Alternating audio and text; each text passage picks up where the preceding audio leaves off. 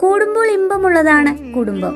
ഇന്ന് നമ്മുടെ മനുവിന്റെയും ശ്രുതിയുടെയും കുഞ്ഞുവാവയുടെ 28 നമ്മുടെ ഫാമിലിയിലെ എല്ലാവരും വിളിച്ച് ചെറിയൊരു ഫംഗ്ഷൻ ആയിട്ടാണ് നടത്തിയത്. വയമ്പ് കൊടുക്കല്, ചരട് കെട്ടല്, കാതുകുത്തല്, കണ്ണെഴുതല് ഇതെല്ലാം തുടങ്ങുന്നത് ഇന്നു മുതലാണ്. ഓരോ പ്രദേശങ്ങളിലും ഇതിനെല്ലാം വ്യത്യാസങ്ങൾ ഉണ്ടായിരിക്കും. നമ്മൾ കുഞ്ഞുവാവയ്ക്ക് ചരട് കെട്ടി വയമ്പൊക്കെ കൊടുത്തു. ഒരു ചെവിയില് വെറ്റില വെച്ച് മറ്റു ചെവിയില് പേര് 3 പ്രാവശ്യം വിളിച്ചു. അപ്പൊ പേര് വെച്ചിരിക്കുന്ന അദ്വൈത് എന്നാണ്. അതിനുശേഷം നമ്മൾ എല്ലാവരും കുഞ്ഞുവാവയ്ക്ക് കുഞ്ഞു കുഞ്ഞു ഗിഫ്റ്റുകളൊക്കെ കൊടുക്കും.